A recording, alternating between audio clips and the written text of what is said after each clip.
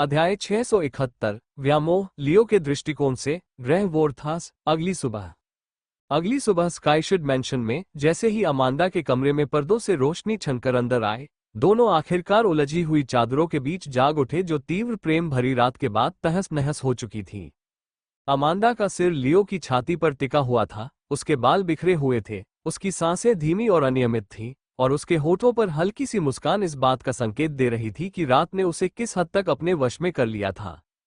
बदलाव। अमांदा करवट बदली और धीरे से कराहते हुए उठने की कोशिश की, लेकिन जब उसका शरीर बात मानने से इनकार कर दिया तो वो जम सी गई। कंबल के नीचे उसके पैर बेकार में कांप रहे थे, उसकी आवाज आधी कराह और आधी हंसी में बदल गई थी। लियो, मुझे नहीं लगता कि मैं चल सकती हूँ, मेरे पैर जवाब दे चुके हैं। लियो हंस पड़ा, उसके गाल से बालों की एक लट हटाते हुए, उसकी आंखों में शरारत की चमक थी।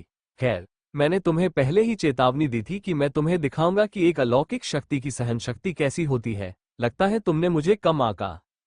अमांदा ने मुंह फुलाते हुए कमजोरी से उसकी छाती पर थपकी दी।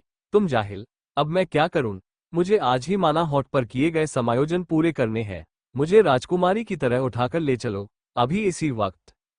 उसके आत्मविश्वास भरे लहजे को सुनकर लियो की मुस्कान और चौड़ी हो गई, और बिना किसी झिझक के उसने उसे अपनी बाहों में उठा लिया और उसे अपने सीने से इस तरह लगा लिया मानो उसका कोई वजन ही न हो। अमांदा हौंफने लगी, उसने उसके कंधों को पकड़ लिया और अपने गालों पर फैल रही शर्म को छिपाने के लिए अपना चेहरा उससे सटा लिया। तुम तो नामुमकिन हो, उसने धीरे से कहा, हालांकि उसकी आवाज स्नेह से नर्म हो गई जब वो उसे उसके वर्क डेस्क की ओर ले जा रहा था, हर कदम स्थिर और बिना जल्दबाजी के, मानो वो जानबूझकर यात्रा में देरी करना पसंद करता हो। ओह, तो मुझे ये बताते हुए खुशी हो रही है कि मैंने आखिरकार एक काम करने वाला माना हॉट बना लिया है जो अब फ्रिज के आकार का नहीं है, ये टीवी के आकार का है। अमांदा ने लियो को अपनी रचना दिखाते हुए कहा, जो अंदर घूमती हुई मोटरों और कई फिल्टर शीटों के साथ एक कंप्यूटर के आकार के काले बॉक्स की तरह दिखती थी। अच्छी बात यह है कि यह यूनिट एक कमरे के आकार के क्षेत्र को लगभग 1 महीने तक सभी प्रकार की अशुद्ध ऊर्जा से मुक्त कर सकती है।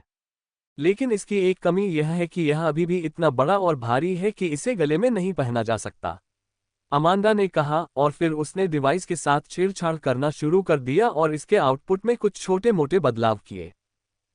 लियो ने उपकरण और उसके आंतरिक माना प्रवाह का अध्ययन करते हुए चिंतन किया, यह महसूस करते हुए कि उपकरण अपने परिवेश से माना को खींच रहा था और उसे फिल्टर के माध्यम से धकेल रहा था, और अंत में उसे शुद्ध माना के रूप में वापस हवा में छोड़ रहा था। वाह, बहुत बढ़िया, मुझे तुम पर बहुत गर्व है, लियो ने झुककर अमांदा के सिर पर धीरे से चुंबन करते हुए कहा, और एक शानदार लोहार के रूप में उसकी प्रगति को स्वीकार किया। हालांकि अमांदा ने केवल अपने गाल फुलाए, अपने होठों को बाहर की ओर सिकोड़ा और उसकी गोद में घूमते हुए उसे घूरने लगी। नहीं, ये शानदार नहीं है, लियो, मैं पूरी तरह से असमंजस में हूँ। मुझे नहीं पता कि मैं इसे इससे छोटा कैसे बना सकती हूँ। मैंने सचमुच ब्रह्मांड के हर तत्व के बारे में सोच लिया है, और कुछ भी, बिल्कुल कुछ भी, इस डिजाइन को ताबीज के आकार तक संकुचित नहीं कर सकता। उसकी आवाज हताशा और थकावट के कारण लड़खड़ा गई, उसकी उंगलियां उस काले बॉक्स पर इस तरह थपथपा रही थी मानो उसे उम्मीद हो कि वह अचानक आदेश पर सिकुड़ जाएगा। लियो ने कुछ देर तक चुपचाप उसके शब्दों पर विचार किया, उसकी निगाहें अंदर घूमते हुए फिल्टरों और धुंधली चमकती हुई लिखावटों पर टिकी हुई थीं। फिर, सोच विचार करते हुए, उसने आखिरकार कहा, तुम्हें पता है, टितिया पर मेरा एक परिचित है, कहा जाता है कि वह पंथ का सबसे अच्छा लोहार है। अगर तुम उससे सलाह लेना चाहो, तो शायद मैं तुम्हारा परिचय करवा सकता हूँ। जैसे ही उसने प्रस्ताव रखा, अमांदा की आंखें तुरंत चमक उठी, उसकी सारी थकान दूर हो गई और वो अपने लंगड़े पैरों के बावजूद लगभग उछलने लगी। हे भगवान, हाँ, मैं काफी समय से टितिया की भट्टियों को देखने जाना चाहता था, कृपया मुझे वहां ले चलो, उसने विनती की, जबकि लियो उसकी अचानक आई ऊर्जा को देखकर मुस्कुराया और सिर हिलाकर इसे एक वादे के रूप में अपने मन में दर्ज कर लिया। ठीक है, आज बाद में मैं तुम्हें ले चलूंगा, उसने सहमति जताई, और उसकी नजरें वापस उस उपकरण पर टिक गईं। उनके बीच की खामोशी में माना की हल्की सी गूंज सुनाई देने लगी। हाँ, मुझे इस कलाकृति का जल्द से जल्द बड़े पैमाने पर उत्पादन करवाना है। अगर हम इन्हें पूरे पंथ में स्थापित कर लें, तो हमारे झंडे तले लड़ने वाले योद्धाओं की गुणवत्ता में जबरदस्त सुधार होगा, और इससे भी ज्यादा महत्वपूर्ण बात। उसका हाथ काले बॉक्स से छू गया, उसकी आवाज में गंभीरता आने के साथ ही उसकी आंखें सिकुड़ गईं। यह मुश्किल समय में हमारा तुरुप का पत्ता साबित हो सकता है, अगर कभी ऐसा समय आए तो। उसके शब्दों का भयावह भार हवा में छाया रहा और अमांदा का उत्साह धीरे धीरे शांत जिज्ञासा में बदल गया। लियो हमेशा इस उपकरण के बारे में ऐसे बात करता था जैसे यह कोई बेहद महत्वपूर्ण चीज हो, हालांकि उसने उसे कभी यह नहीं बताया कि वह ऐसा क्यों महसूस करता था। कैसी बरसात का दिन, यह उपकरण आपके लिए इतना महत्वपूर्ण क्यों है? उसने अंत में पूछा, जब लियो ने एक गहरी सांस ली और अपनी नाक के पुल को दबाया। एक तरफ वो अमांदा को ये बताना चाहता था कि यह उपकरण उसके लिए इतना महत्वपूर्ण क्यों था। हालांकि दूसरी ओर वो उसे अपने उन निराधार डरों से परेशान नहीं करना चाहता था जो शायद कभी सच न हो, और इसलिए अंत में उसने उसे ऐसा करने के पीछे के असली कारण का एक नर्म संस्करण बताने का फैसला किया। यह मुझे बेहतर नींद दिलाने में मदद करेगा। इस उपकरण की मदद से ब्रह्मांड में एक ऐसी जगह है जहां हम सुरक्षित रूप से वापस जा सकते हैं, जहां कोई हमारा पीछा नहीं कर सकता या हमें मारने की कोशिश नहीं कर सकता। तो कहीं ऐसा ना हो कि यह पंथ कभी खत्म हो जाए या वे मेरे खिलाफ हो जाएं। इस दुखद ब्रह्मांड में अब भी एक ऐसी जगह है जहां मैं तुम्हें सुरक्षित रख सकता हूं। लियो ने उन निराशाजनक शब्दों के बाद जबरदस्ती मुस्कुराने की कोशिश करते हुए कहा, लेकिन वह एक विश्वसनीय मुस्कान लाने में असफल रहा। ओह बेचारे, अमांदा ने कहा जब उसने देखा कि वह अपने असली डर को छिपाने की नाकाम कोशिश कर रहा है, और उसे शांत करने के लिए उसने उसे गले लगा लिया। चिंता मत करो, अगर वो कलाकृति बन सकती है तो मैं तुमसे वादा करती हूँ कि मैं उसे बनाने का कोई न कोई तरीका ढूंढ लूंगी, अमांदा ने कसम खाते हुए कहा, और उसके शब्दों ने लियो को सच्ची खुशी से भर दिया। ओह, मुझे तुम्हारे जैसी गर्लफ्रेंड पाकर कितनी खुशी हुई, उसने मन ही मन सोचा, और अमांदा उसकी बातों पर खिलखिलाकर हंस पड़ी और शर्मा गई, जाहिर तौर पर तारीफ से खुश थी। अध्याय 672, अमांदा की मुलाकात आर्गो से होती है। गृह तिथिया, फौज जिला।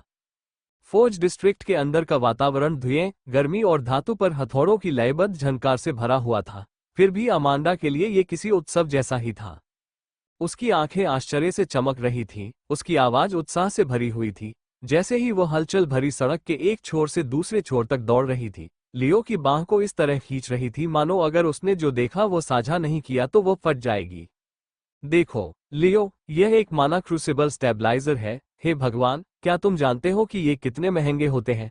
इनका उपयोग उन मिश्र धातुओं को पिघलाने के लिए किया जाता है जिन्हें साधारण भट्टियां खरोंच भी नहीं सकती, उसने उत्साह से कहा, और बीच में सफेद गर्म चमकते हुए विशाल मंत्र उत्कीर्ण कड़ाहे की ओर इशारा किया। लियो के जवाब देने से पहले ही वो दूसरी तरफ मुड़ गई और उसकी नजर चमकदार औजारों के एक रैक पर पड़ी जो हल्की हल्की ऊर्जा से जगमगा रहे थे। और ये तो संपीड़न हथौड़े हैं। ये धातु के ऊर्जा जालक को बिना तोड़े मोड़ सकते हैं। क्या तुम्हें पता है कि यह कितना क्रांतिकारी है? मैंने इनके बारे में सिर्फ किताबों में पढ़ा है, और ये सचमुच यहाँ मौजूद है। उसकी आवाज उत्साह से भरी हुई थी, जो भट्टी की आग के शोर के ऊपर भी सुनाई दे रही थी, और लियो उसके बगल में चलते हुए उसकी बातों को सुनकर हल्की सी मुस्कान रोक नहीं सका, जैसे कोई बच्चा पहली बार आतिशबाजी देख रहा हो। लेकिन जहां अमांदा का ध्यान रास्ते में आने वाली हर मशीन और यंत्र पर केंद्रित था, वहीं लियो ने कुछ और ही देखा। वे जिन भी लोहारों के पास से गुजरे, चाहे वे कितने भी गंदे या पसीने से तरबतर क्यों न हो, हर कोई अपना काम रोककर उनका अभिवादन करता था। कुछ लोगों ने गहरे झुकने से पहले कालिक से सने हाथों से अपना माथा पोंछा। अन्य लोग अपने निहाई के काम से सीधे खड़े होकर सम्मान के कुछ शब्द बुदबुदाए। आपकी जीत पर बधाई हो, लॉर्ड शैडो ड्रैगन। नमो के लिए आपका धन्यवाद, मेरे स्वामी।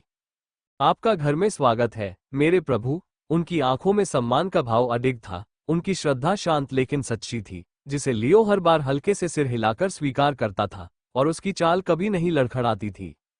अंततः दोनों आर्गो की निजी भट्टी के विशाल द्वार तक पहुंच गए, जो आसपास की अन्य भट्टियों की तुलना में बहुत बड़ी दिखती थी और उससे अतुलनीय रूप से अधिक तीव्र गर्मी निकलती थी।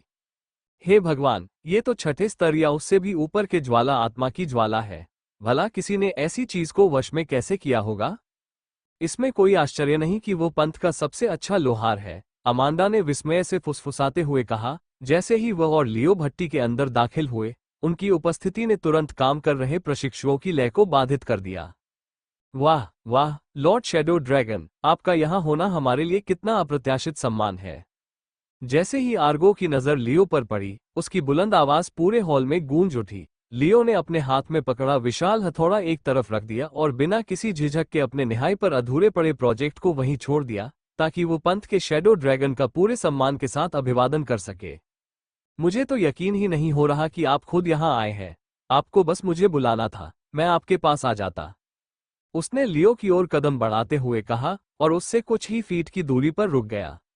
मेरे प्रभु, नीमो पर आपने जो उपलब्धि हासिल की उसके लिए धन्यवाद। फोर्ज डिस्ट्रिक्ट में लंबे समय से उच्च गुणवत्ता वाले माना पत्थरों की कमी थी, लेकिन आपकी जीत के कारण ये समस्या जल्द ही दूर हो जाएगी। उन्होंने झुककर कहा और तुरंत ही लियो ने भी उतनी ही गहराई से झुककर जवाब दिया। उनका स्वर संयमित लेकिन ईमानदार था। और धन्यवाद मास्टर आर्गो, हमारे जेट विमानों के लिए आपने जो माना शील्ड बनाई, उनके बिना ये जीत असंभव होती। जब दोनों व्यक्ति सीधे खड़े हुए और मजबूती से हाथ मिलाए तो लियो ने आपसी सम्मान का भाव व्यक्त किया। ताली बजाओ, यह मेरी प्रेमिका अमांदा है, लियो ने परिचय कराते हुए कहा और उसे आगे खींचते हुए उसकी आवाज नर्म हो गई।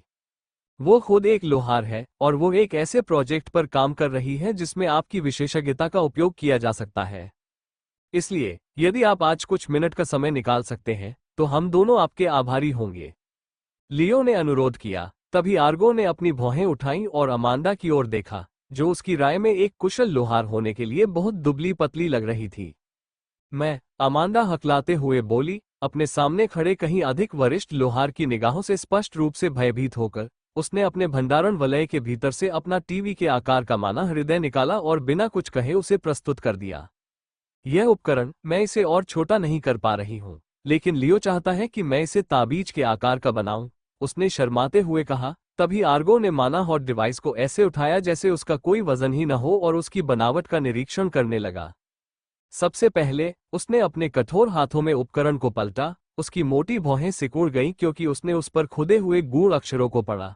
फिर उसने फिल्टरों के आंतरिक जाल का अध्ययन करने के लिए एक पैनल को खोला और तुरंत ही उसकी तेज नजर तांबे इरिडियम की छड़ों की चमक पर पड़ी, जो एक ऐसे तरीके से व्यवस्थित थी जो किसी भी तरह से मानक नहीं थी, और आश्चर्य से उसके होंठ खुल गए। कॉपर इरिडियम की छड़ें फिल्टर के रूप में, कमाल है। यह मिश्रधातु आमतौर पर निरंतर माना के संपर्क में रहने के लिए बहुत अस्थिर होती है, फिर भी आपने इसे शुद्धिकरण के लिए एकदम सही ढंग से तैयार किया है। और यह पावर कोर, आपने इसे एक ही पाइप के बजाय 3 भागों में विभाजित पाइप के साथ क्यों डिजाइन किया?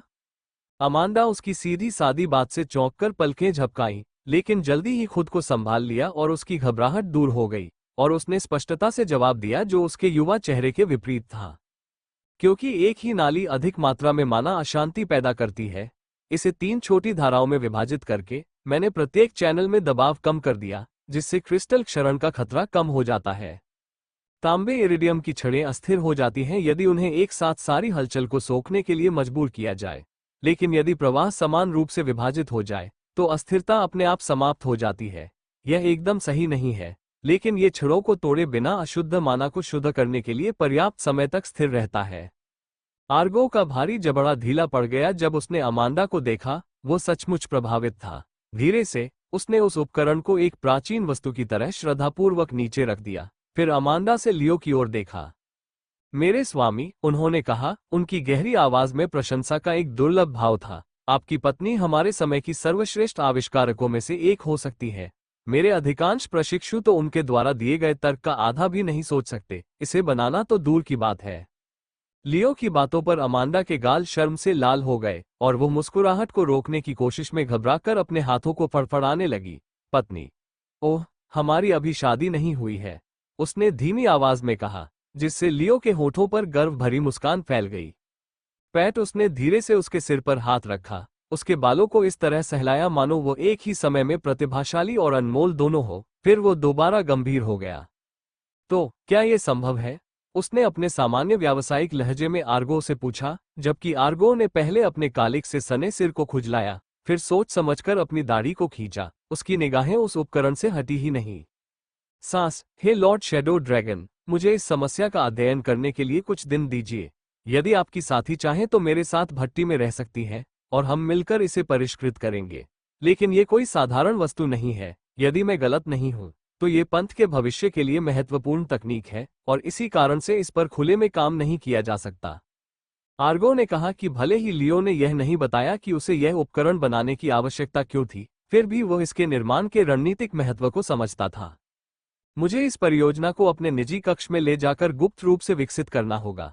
अगर किसी गलत व्यक्ति को इसके बारे में पता चल गया तो हम सब मुसीबत में पड़ सकते हैं।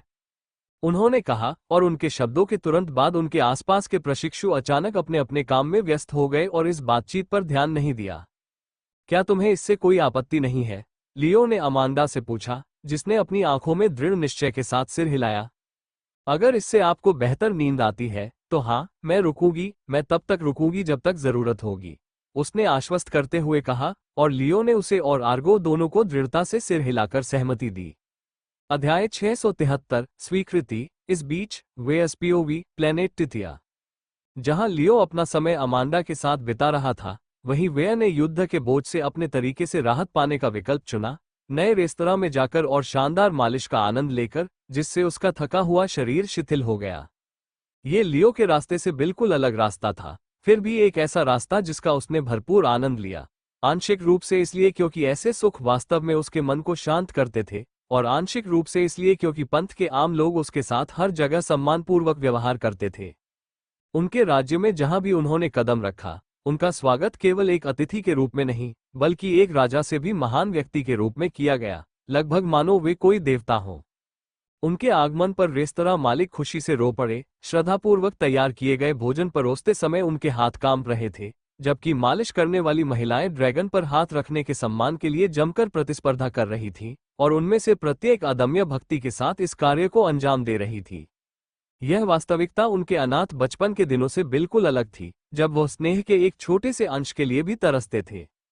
अब वो जिधर भी मुड़ता प्रशंसा से सराबोर रहता था, उसके हर शब्द का स्वागत प्रशंसा के साथ किया जाता था, उसकी उपस्थिति मात्र ही आम लोगों की आंखों में श्रद्धा का भाव जगाने के लिए पर्याप्त थी। शुरू में इस तरह के व्यवहार ने उसे असहज महसूस कराया, क्योंकि वह उस लड़के को, जो वह कभी था, उस ईश्वरीय आकृति से मेल नहीं कर पा रहा था जिसकी अब वे पूजा करते थे। हालांकि ड्रैगन नाम दिए जाने के लगभग 1 साल बीत जाने के बाद वह आखिरकार इससे अधिक अभ्यस्त हो गया था, क्योंकि उसने अधिक स्थिर हृदय से उनकी भक्ति को स्वीकार किया और अपने पद की अपेक्षा के अनुरूप गरिमा के साथ व्यवहार किया। मैंने इन लोगों को अपने लोग मान लिया है। मैं अब ये दावा नहीं कर सकता कि मैं अभी भी वही अकेला भेड़िया हूं जो मैं कभी हुआ करता था। यह विचार वीर के मन में गूंज रहा था जब वह स्नानागार की गद्देदार कुर्सी पर पीछे की ओर झुक गया। उसके चारों ओर भाप की हल्की लहरें उठ रही थीं, फिर भी उसकी कोई भी गर्माहट उस आग का मुकाबला नहीं कर सकती थी जो अब उसके सीने में जल रही थी। एक समय था जब वह अकेले ही अपना ख्याल रखने में संतुष्ट था, दुनिया से जो कुछ भी थोड़ा बहुत मिल सकता था उसे छीन लेता था और उसकी क्रूरता पर कड़वी हंसी हंसता था। खुद से कहता था कि कोई भी कभी भी उसके साथ खड़े होने की परवाह नहीं करेगा, इसलिए उसे बदले में परवाह करने की क्या जरूरत है। वह लड़का स्वार्थी, दूरदर्शी नहीं और दूसरों के महत्व को न समझने वाला था। लेकिन वो लड़का अब बहुत पहले ही जा चुका था।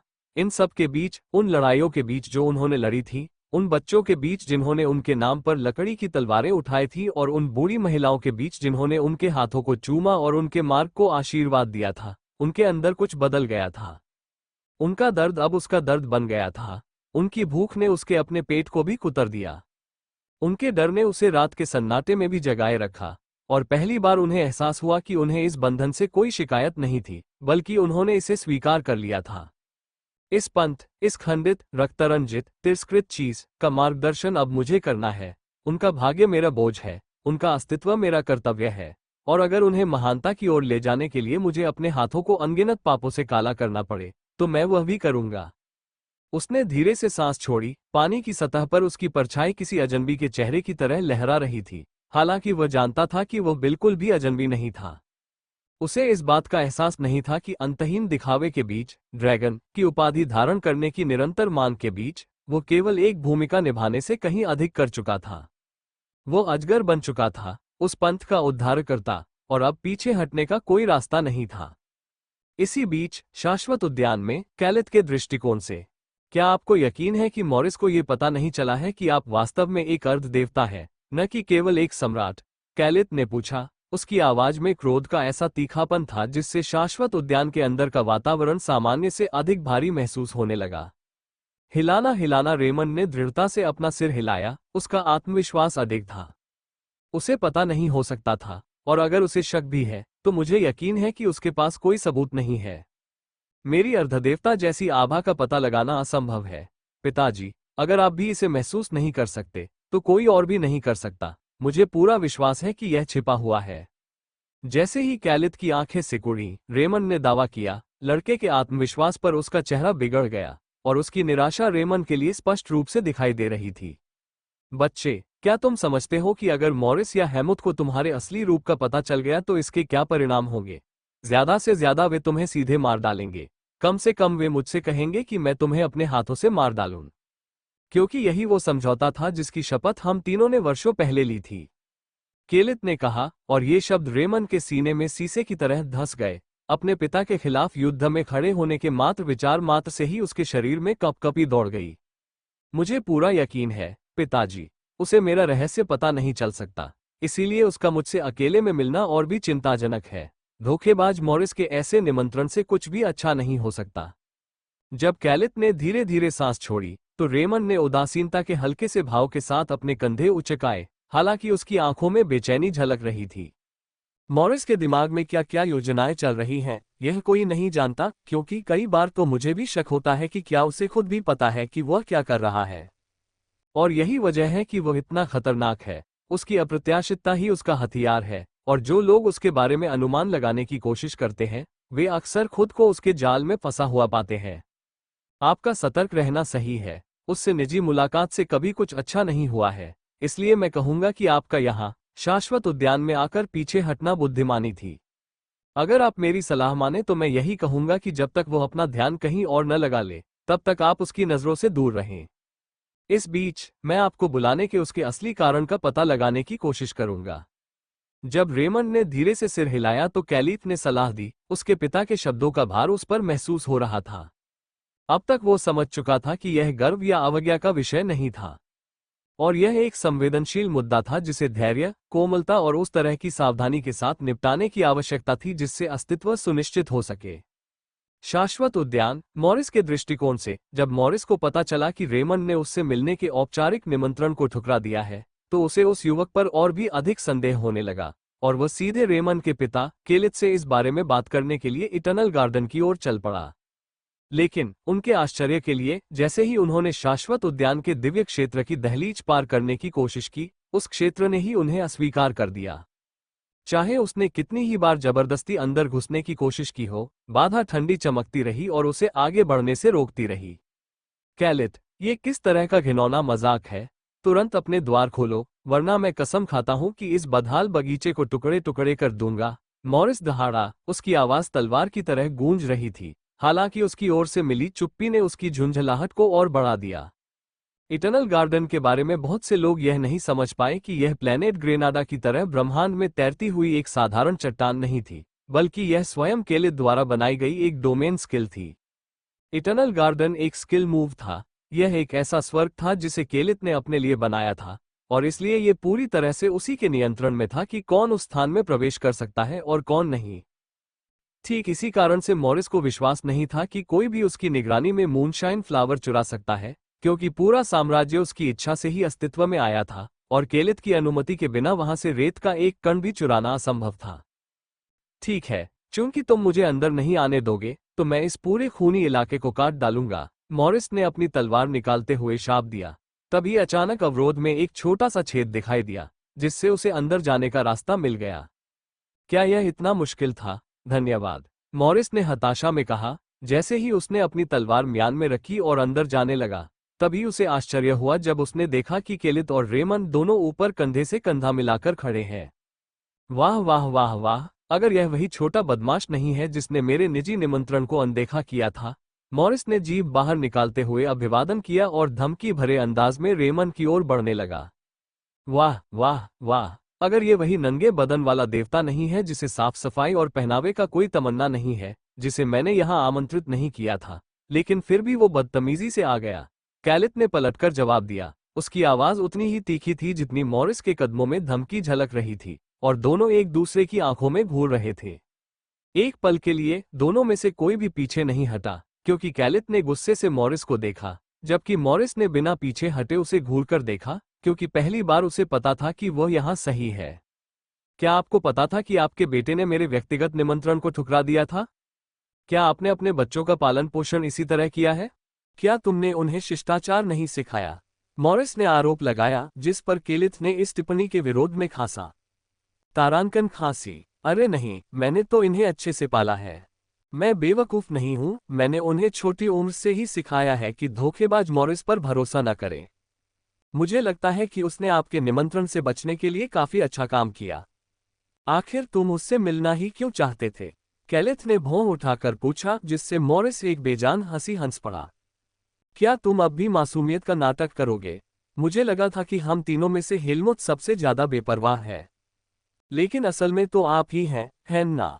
शाश्वत संप्रभु, मॉरिस ने आरोप लगाया, और देखते ही देखते कैलिथ के चेहरे के भाव बिगड़ गए। मॉरिस का रवैया और उसके लहजे में झलकने वाला न्यायबोध केवल एक ही बात का संकेत दे सकता था, और यही एक ऐसी चीज थी जिसे वह यथासंभव लंबे समय तक छिपाए रखना चाहता था। माफी चाहता हूं, लॉर्ड मॉरिस। मेरा इरादा आपके निमंत्रण को टालने का नहीं था। बात बस इतनी सी है कि मेरे पिता ने मुझे निर्देश दिया है कि अन्य देवताओं से मिलने से पहले मुझे उनकी अनुमति लेनी होगी, इसलिए मैं आज उसी उद्देश्य से यहाँ आया हूँ। और अंदाजा लगाए, उन्होंने मुझे आपसे मिलने की अनुमति दे दी। रेमंड ने दोनों देवताओं के बीच हस्तक्षेप करते हुए और स्थिति को और बिगड़ने से पहले शांत करने की कोशिश करते हुए कहा। अरे, ऐसा है क्या? क्या इसीलिए तुम यहाँ आए थे लड़के? सचमुच? मॉरिस ने व्यंग्य भरे लहजे में कहा और अपने हाथ हवा में उठा दिए, मानो उसे विश्वास ही नहीं हो रहा था कि यह नाटक अभी भी चल रहा है। क्या बात है मॉरिस? अगर आप यहाँ किसी खास शिकायत के साथ आए हैं तो अभी बता दीजिए। अगर नहीं तो कृपया हमें अकेला छोड़ दें। जैसा कि मेरे बेटे ने कहा, मैंने उसे बाद में आपसे अकेले में मिलने की अनुमति पहले ही दे दी है। तो अगर तुम सिर्फ इसी काम के लिए यहाँ आए हो तो तुम जा सकते हो। कैलिथ ने पलटवार किया। तभी मॉरिस ने अपने होंठ फुलाए और धीरे धीरे जोरदार तालियां बजाने लगा। ताली बजाओ, ताली बजाओ, ताली बजाओ। वो जानबूझकर हर ताली के बीच समय लेता था, ताकि जितना हो सके उतना नाटकीय माहौल बनाया जा सके, और साथ ही अपनी निगाहें बारी बारी से दोनों के बीच घुमाता रहता था। कैलिथ, तुमने मुझे फंसा लिया। पहली बार। मैं सचमुच यह नहीं बता पा रहा हूं कि तुम सिर्फ अज्ञानी हो या जरूरत से ज्यादा होशियार, लेकिन आपकी भलाई के लिए मैं प्रार्थना करता हूं कि आप बस अज्ञानी हो। क्योंकि अगर आपको पता है कि आपका बेटा एक अर्ध देवता है, लेकिन फिर भी आप मासूम बनने का नाटक कर रहे हैं, तो मुझे लगता है कि मेरे और हेमुथ के पास आपके खिलाफ हथियार उठाने के अलावा कोई और विकल्प नहीं है। मॉरिस ने आरोप लगाया, और तुरंत ही शाश्वत उद्यान के ऊपर से सूरज डूब गया, जिससे पूरा क्षेत्र घोर अंधेरे में डूब गया, जिसे केवल ऊपर गरजती हुई बिजली ही तोड़ रही थी। गड़गड़ाहट, बिजली कड़कने की आवाज। मॉरिस, तुम क्या बकवास कर रहे हो? मेरा बेटा कोई अर्ध देवता नहीं है, वह तो बस एक सम्राट है। इसलिए जब तक तुम्हारे पास उसके सत्ता में आने का ठोस सबूत ना हो, मेरा सुझाव है कि तुम अभी मेरे क्षेत्र से चले जाओ, वरना आज ही हम आपस में युद्ध करेंगे। कैलिथ ने धमकी देते हुए अपनी आत्मा के क्षेत्र से मूल धातु के खंजर निकाले और उन्हें अपनी हथेलियों में कसकर पकड़ लिया। कैलिथ, तुम स्वयं ही आभा के एक सच्चे स्वामी हो। तुम्हारा पुत्र अर्ध देवता है या नहीं, इसकी पुष्टि करने के लिए तुम्हें बस उससे पूछना होगा, क्योंकि यदि वह झूठ बोलता है तो उसकी आभा काली हो जाएगी। लेकिन अगर आप ऐसा करने में बहुत स्वाभिमानी हैं, तो मैं भी किसी के दबाव में नहीं आऊंगा। अगर तुम युद्ध चाहते हो तो तुम्हें युद्ध मिलेगा, मॉरिस ने जवाब दिया, और अपनी तलवार म्यान से निकालकर अपने बाएं हाथ में पकड़ ली। फिर उसने ओरिजिन मेटल की अपरिष्कृत शिला को उठाकर अपने दाहिने हाथ में पकड़ लिया, और कैलिथ को याद दिलाया कि अब वो ब्रह्मांड में ओरिजिन मेटल की वस्तु रखने वाला एकमात्र देवता नहीं है। अध्याय 675 उजागर तारांकन। कबूम! एक बार फिर बिजली की एक कड़क ने आकाश को चीर दिया। उसकी चकाचौंध ने क्षण भर के लिए शाश्वत उद्यान को रोशन कर दिया, जबकि कैलिथ और मॉरिस अपने गतिरोध में जकड़े खड़े थे। कोई भी एक इंच भी पीछे हटने को तैयार नहीं था। घटक रेमंड ने मुश्किल से अपनी बात कही, उसका गला सूख गया था। वो अपने पिता के बगल में खड़ा था। आगे क्या हो सकता है, इस बात से वो बहुत शर्मिंदा था। मैं किसी अनजान ग्रह पर जाकर कुछ वर्षों तक छिपने की सोच रहा था, जब तक कि मॉरिस का गुस्सा शांत न हो जाए। लेकिन नहीं, उस पागल को आज यहां घुसना ही था, इससे पहले कि मुझे भागने का मौका भी मिलता। वो गुस्से से बड़बड़ाया, उसे विश्वास ही नहीं हो रहा था कि उसका भाग्य इतना खराब हो सकता है। अगर मॉरिस कुछ घंटे भी देर से आता तो वो अब तक शाश्वत उद्यान से जा चुका होता, इस घुटन भरे टकराव से बहुत दूर। लेकिन अब भागना असंभव लग रहा था। फिर भी भले ही वो उसे यहां फंसाने के लिए भाग्य को दोषी ठहरा रहा था, एक तीव्र बेचैनी उसे अंदर ही अंदर खा रही थी। एक ऐसी बेचैनी जिसने उसे ये सोचने पर मजबूर कर दिया कि आखिर मॉरिस को उस पर शक क्यों हुआ। उसे पूरा यकीन था कि ब्रह्मांड में किसी को भी उसका रहस्य पता नहीं था।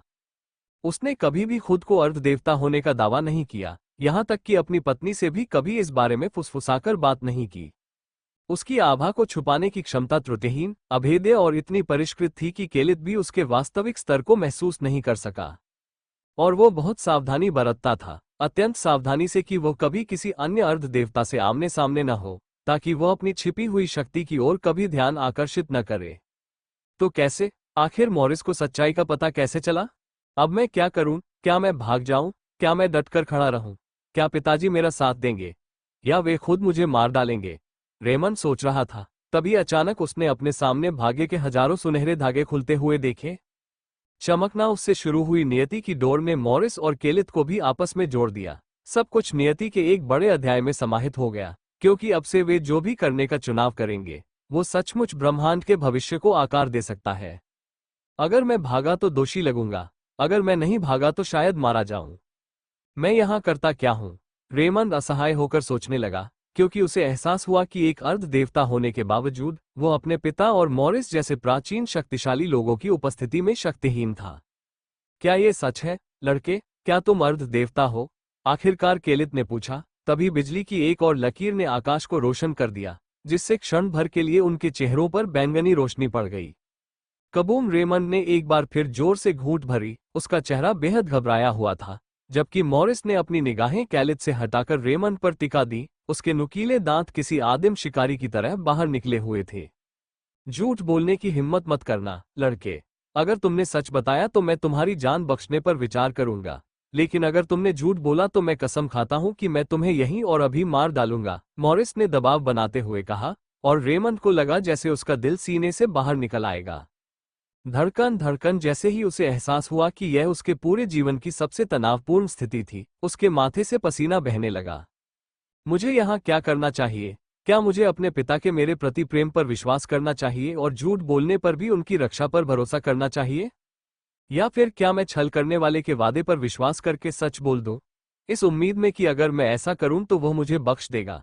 रेमंड सोच रहा था, जबकि सेकंड बिना हिले डुले बीतते जा रहे थे।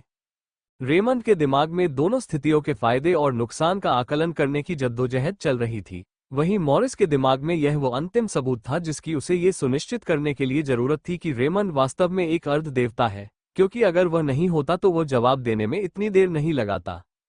यहाँ आने पर भी उसकी अटकलों में त्रुटि की गुंजाइश थी, क्योंकि उसके पास रेमंड के अर्ध देवता होने का कोई सबूत नहीं था सिवाय उसकी अटकलों के। हालांकि रेमंड ने जवाब देने में जितना अधिक समय लिया, उतना ही वो अपनी परिकल्पना के बारे में आश्वस्त होता गया। सच बता दो, लड़के, सच उगल दो। जिस तरह से तुम्हें जवाब देने में इतना समय लगा, उससे मुझे पहले ही पता चल गया है कि तुम दोषी हो।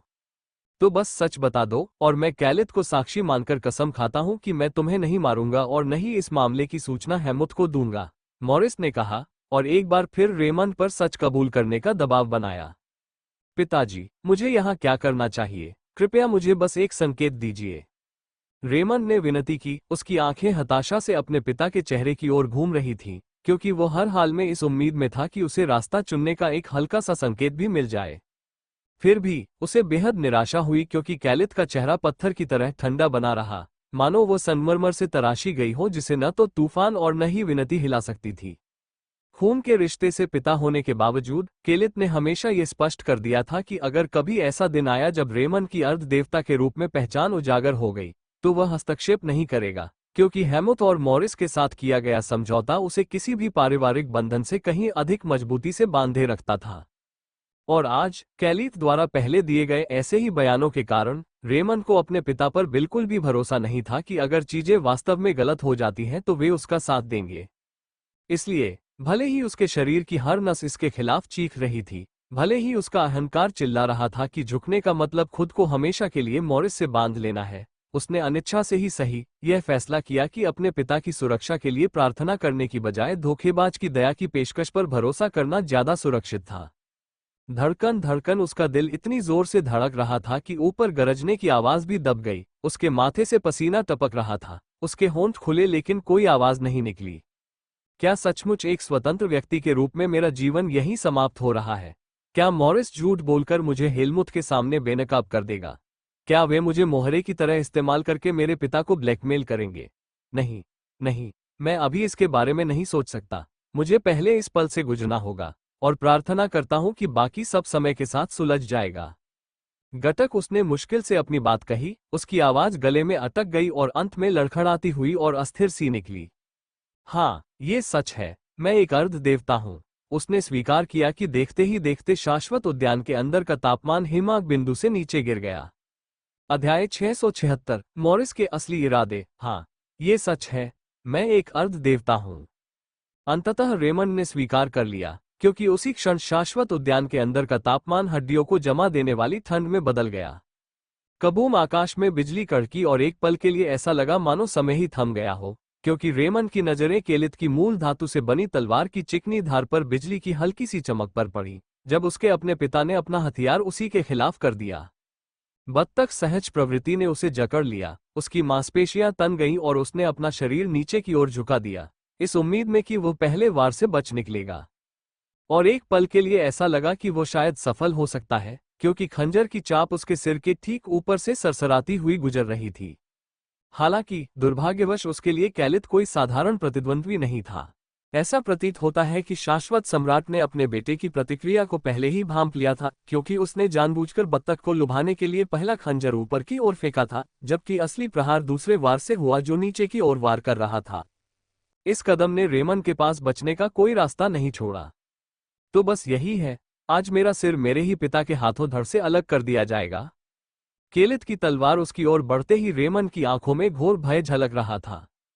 खटखट अवरोध पैदा करना मन ही मन, रेमंड ने उसी क्षण मृत्यु को स्वीकार कर लिया था जब उसने दूसरी तलवार को अपनी गर्दन की ओर आते देखा था। फिर भी उसके अविश्वास के बावजूद वह वार कभी नहीं लगा, क्योंकि उसी क्षण धोखेबाज मॉरिस हरकत में आया और उसने ओरिजिन मेटल की कच्ची शिला को रेमंड के गले और चमकते खंजर के बीच की संकीर्ण जगह में सरका दिया, जिससे जमी हुई हवा में हिंसक रूप से चिंगारियां फूट पड़ी और शाश्वत उद्यान दैवीय शक्ति के टकराव से कांप उठा। कांपना धमाका, रेमंड की सांस गले में अटक गई क्योंकि उसका दिमाग चकरा गया, क्योंकि हालांकि केलित की तलवार क्रोध के भार से दबी हुई थी, लेकिन मॉरिस की ताकत ही उसे रोके हुए थी। धोखेबाज की मुस्कान एक अपवित्र आनंद के साथ चौड़ी हो गई, मानो वो अपने ही पिता से बेटे की रक्षा करने की विडंबना का आनंद ले रहा हो। इसे जाने दो केलित, मुझे इस लड़के की जरूरत है और मैं तुम्हें आज यहाँ उसे मारने नहीं दूंगा, मॉरिस ने रेमंड को एक तरफ धकेलते हुए कहा और केलित के सामने आमने सामने की लड़ाई के लिए खड़ा हो गया। मैं उसे नहीं छोड़ सकता, मॉरिस। तुम हमारे प्राचीन समझौते के बारे में जानते हो, हमारे वंशज जो भी अर्ध देवता स्तर तक पहुंचते हैं, उन्हें उनके अपने पिता द्वारा मार दिया जाना चाहिए, कैलित ने भावहीनता से कहा, जबकि मॉरिस ने उसकी बातों का उपहास उड़ाया। शानदार अभिनय, इटर्नल सॉवरेन, लेकिन अब आप रुक सकते हैं। मुझे पता है कि आपके पता चले बिना किसी के लिए भी इटर्नल गार्डन से मूनशाइन फ्लावर चुराना असंभव है। तो मुझे पता है कि आपने खुद उसे अर्ध देवता बनने की अनुमति दी थी। बेशक मैं इसे कभी साबित नहीं कर सकता, लेकिन मुझे पता है कि ऐसा हुआ था। और मुझे कोई आपत्ति नहीं है, जैसा कि मैंने पहले ही कहा है, मुझे इस लड़के की जरूरत है, मॉरिस ने कहा, और उसने कैलित को पीछे धकेलते हुए उन दोनों के बीच कुछ पल की दूरी बना ली। अगर मेरी चलती रही तो मैं इस बारे में हेमुत को बताने की योजना नहीं बना रहा हूं। इसलिए यदि आप ब्रह्मांड द्वारा पिता और पुत्र दोनों के हत्यारे के रूप में जाने जाना चाहते हैं, तो बेझिझक अपने ही बेटे की हत्या कर दें। लेकिन अगर नहीं, तो मुझे उसका बेहतर इस्तेमाल करने दो, मॉरिस ने विनती करते हुए कहा और एक तरफ हट गया, जिससे कैलित को अपने बेटे को मारने की अनुमति मिल गई, अगर वो वास्तव में यही चाहता था। हालांकि जैसा कि उसने उम्मीद की थी, कैलित ने हमले के लिए चारा नहीं लिया। तो तुम्हें उसकी क्या जरूरत है? इसके बजाय केलित ने पूछा, जबकि मॉरिस ने अपना चेहरा ढक लिया और अपनी आंखों को खींचने लगा। मुझे उसकी क्या जरूरत है? मॉरिस ने दोहराया, उसकी मुस्कान और चौड़ी होती जा रही थी, मानो हर शब्द में शरारत और खून का स्वाद हो। मैं चाहता हूं कि वो उस पंथ पर हमला करे और सोरोन को उसके छिपने की जगह से बाहर निकाले, ताकि हम अपनी आंखों से देख सके कि तुम्हारा भाई आज भी उतना ही शक्तिशाली है जितना हमने 2200 साल पहले लड़ाई लड़ी थी, या फिर वह एक बेकार और निरर्थक योद्धा बनकर रह गया है। मॉरिस ने धीरे धीरे एक गोलाकार चक्कर लगाना शुरू किया और कहा कि उसकी परछाई जमी हुई घास पर तीखे कोण बना रही है, जबकि ऊपर दूर से गरजने वाली गड़गड़ाहट ढोल की तरह गूंज रही है। तुम मुझे समझती हो, केलित, उसने बोलना जारी रखा, और साथ ही अपनी हथेलियों को ओरिजिन मेटल के कच्चे टुकड़े के चारों ओर इस तरह घुमा रहा था मानो वो कोई कठपुतली हो जिसे वो नचा सकता हो। मैं नहीं चाहता कि तुम उसे यहीं मार डालो, मैं एक प्रदर्शन चाहता हूं। मैं एक ऐसा बड़ा संघर्ष चाहता हूं जो सोरोन को उस गड्ढे से बाहर निकाल दे जिसमें उसने खुद को दबा रखा है, और उसे लड़ने के लिए मजबूर करे। उस पंथ में सम्राट से अधिक शक्तिशाली कोई योद्धा नहीं है, इसलिए यदि हम पंथ के कुछ सम्राटों को मार देते हैं तो सोरोन को स्वयं बाहर आने के लिए मजबूर होना पड़ेगा।